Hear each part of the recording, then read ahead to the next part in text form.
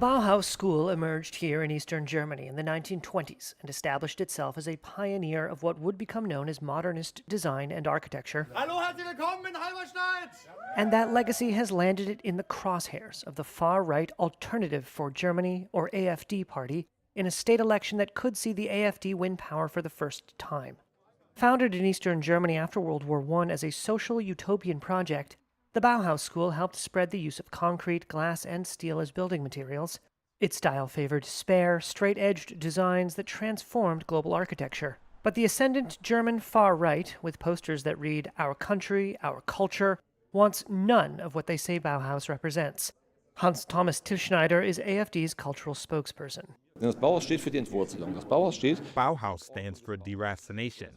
Bauhaus stands for dislocation of architecture.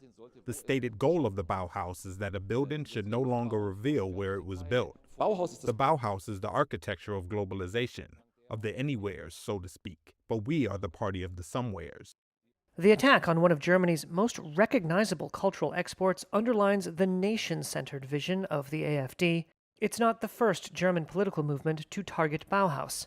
The institute was banned under the Nazis.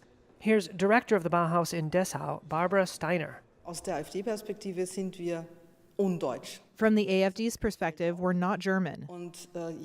So this term also comes up, and yes, this globalist agenda that people are accused of, ultimately, these are terms that also refer to a time 100 years ago. Auf eine Zeit vor 100 Jahren verweisen. Tilschneider insisted that while he opposes the Bauhaus vision, the institute would be safe under an AfD state government. But should they win the state election, they could have some say in what happens to Bauhaus. James Mackenzie is a deputy bureau chief for Reuters in Berlin. State governments have a great deal of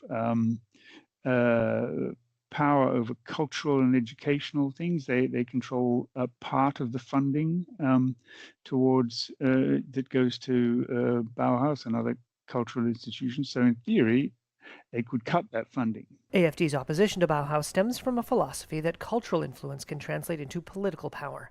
They see that, if you have a cultural influence, that will translate into political influence, and that's what this is all about, really. The AfD is currently polling at about 40% in Saxony-Anhalt, well ahead of any other party, but probably still just short of what it would need to govern alone. Nationally, it stands at around 28%, against some 22% for Chancellor Friedrich Merz's Conservatives.